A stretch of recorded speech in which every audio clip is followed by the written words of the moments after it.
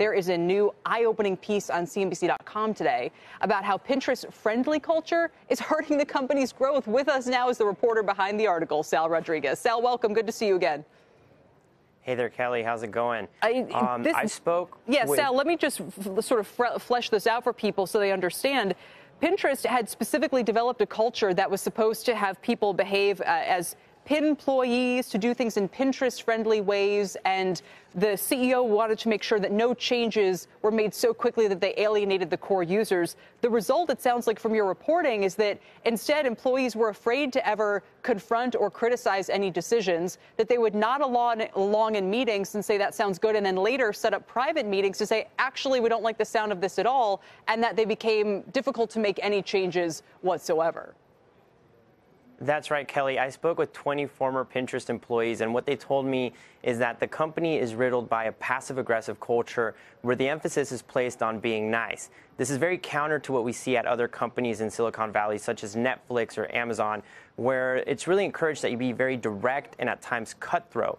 So that didn't really work out too well at Pinterest. Although folks are nice to each other, there is some very slow decision-making, and there is a lack of commitment to strategy, so they haven't been able to really capitalize or innovate on new projects. Yes, I thought your anecdotes in there about how they were very wary, especially the CEO, on video and embracing that at all, that maybe that has been a headwind. You also had an anecdote in there about, again, a Coke meeting where they were meeting with the company and trying to develop a strategy, and no one really wanted to speak the truth about what the right strategy would be. Has this changed, Sal? So is the company today a different company than it was a couple of years ago?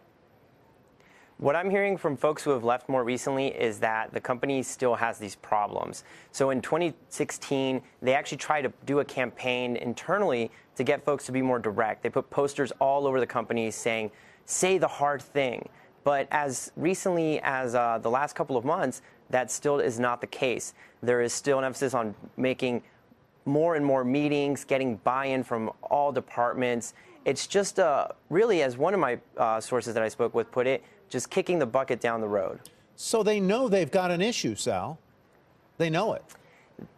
They do know, but at the same time, they consider it a strength as well. Mm-hmm. They aren't rushing into new innovations. They're not putting out new features, and certainly that hurts user growth and the ability to grow revenue, but they're also not rushing into scandals. And that certainly has been a big problem for other companies like Facebook and Uber over the last couple of years. Very quickly, where does this culture originate? With whom? So this is from the fact that the co-founders are ex-Google and ex-Facebook employees. When they left their previous employers, they wanted to create a really world-class progressive culture. Mm-hmm. They wanted to make it so that they could attract top talent, but also just kind of change the way that things are done in Silicon Valley.